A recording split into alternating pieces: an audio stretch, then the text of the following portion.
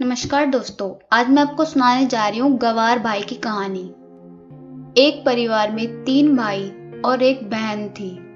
बड़ा और छोटा भाई पढ़ने में बहुत तेज थे। उनके माँ बाप उन चारों से बेहद प्यार करते थे, मगर मझले बेटे से थोड़ा परेशान से रहते थे क्योंकि वह पढ़ने में बेहद कमजोर था। बड़ा बेटा पढ़ लिख कर डॉक्टर बन गया और छोटा भी पढ़ लिख कर इंजीनियर बन गया, मगर मझला बेटा आवारा ही रह गया। उसे कोई काम नहीं था। वह सिर्फ सारे दिन अपने दोस्तों के साथ आवारागर्दी करता रहता था। पिता ने बड़े और छोटे बेटे की शादी कर दी। बहन की शादी भी अच्छे घराने में हुई थी। आखिर 2 भाई डॉक्टर इंजीनियर थे। अब मझले बेटे को कोई लड़की नहीं मिल रही थी। इस बात से माँ भी परेशान रहती थी।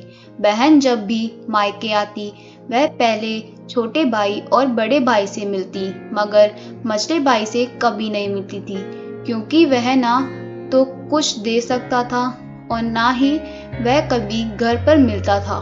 बस दिन भर आवारागर्दी करता था।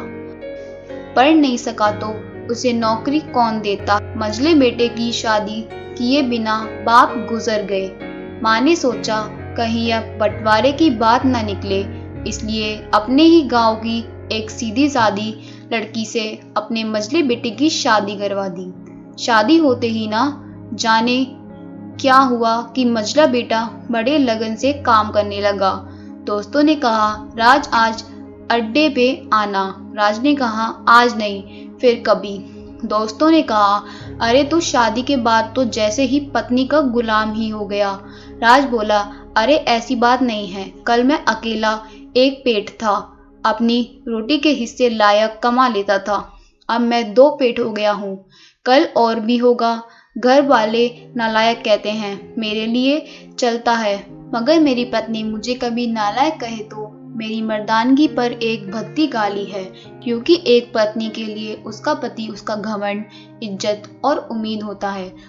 उसके घर वालों ने भी मुझ पर भरोसा करके ही तो अपनी बेटी दी होगी, फिर उनका भरोसा कैसे तोड़ सकता हूँ। कॉलेज में नौकरी की डिग्री मिलती है और ऐसे संस्कार माँ बाप से ही मिलते हैं। इधर घर पर बड़ा और छोटा भाई और उनकी पत्नी मिलकर आपस में फैसला करते हैं कि जायदाद का बंटवारा हो जाए, क्योंकि हम दोनों लाखों कमाते हैं मगर मझला ना के बराबर कमाता है। ऐसा नहीं होगा। माँ के लाख मना करने पर भी बंटवारे की तारीख तय हो जाती है। बहन को भी बुलाया जाता है, मगर राज है कि काम के लिए बाहर जाने लगता है। उसके दोनों भाई उसको पकड़कर अंदर लाकर बोलते हैं आज तो रुक जा, बंटवारा कर ही लेते हैं। वकील कहता है आपको रहना पड़ेगा, साइन करना पड़ता है। राज बोला तुम लोग बंटवारा कर लो, मेरे हिस्से में जो आए वो दे देना, मैं शाम को आकर अपना बड़ा सा अंगूठा पेपर पर चिपका दूंगा। बहन अरे बेवकूफ, तू तो गवार का गवार ही रहेगा, तेरी किस्मत अच्छी है कि तुझे इतने अच्छे भाई मिले हैं। माँ बोली अरे राज आज रुक जा, बंटवारा शुरू होता है। बंटवारे में कुल 10 बीघा जमीन में दोनों भाई 5-5 बीघा जमीन रख लेते हैं और राज को पुश्तैनी घर छोड़ देते हैं। तभी राज जोर से चिल्लाता है अरे फिर हमारी छुटकी का हिस्सा कौन सा है।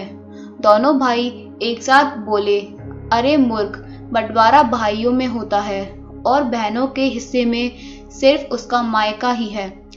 राज बोला पढ़ा लिखा ना होना भी मूर्खता ही है। ठीक है आप दोनों ऐसा करो, मेरे हिस्से की वसीयत मेरी बहन छुटकी के नाम पर दो। दोनों भाई चकित होकर बोलते हैं और तू राज क्या लेगा। माँ की ओर देख के मुस्कुरा के बोलता है मेरे हिस्से में माँ है ना। फिर अपनी पत्नी की ओर मुस्कुरा के देखकर बोलता है क्यों जी, क्या मैंने गलत कहा। राज की पत्नी अपनी सास से लिपट कर कहती इससे बड़ी वसीयत क्या होगी मेरे लिए कि मुझे माँ जैसी सास तो मिली और बाप जैसा ख्याल रखने वाला पति। यह बात सुनकर जैसे पूरे घर में सन्नाटा छा गया। बहन दौड़कर अपने गवार भाई से गले लगकर रोते हुए कहती है माफ कर दो भैया मुझे, मैं तुमको समझ ना सकी। राज बोला, इस घर में तेरा भी उतना ही अधिकार है जितना हम सभी का है। बहुओं को जलाने की हिम्मत किसी में नहीं, मगर फिर भी जलाई जाती हैं, क्योंकि शादी के बाद सभी लड़की को पराया समझने लगते हैं। मगर मेरे लिए तुम सब बहुत अजीज हो, चाहे पास रहो या दूर। माँ का चुनाव इसलिए किया ताकि तुम सब हमेशा मुझे याद आओ, क्योंकि ये वही कोख है जहाँ हमने 9 महीने गुजारे थे। माँ के साथ तुम्हारी यादों को भी मैं रख रहा हूँ। दोनों भाई दौड़कर मछली भाई के गले मिलकर रोते रोते कहते हैं, आज तू तो सचमुच का बाबा लग रहा है। सबकी आंखों में पानी ही पानी।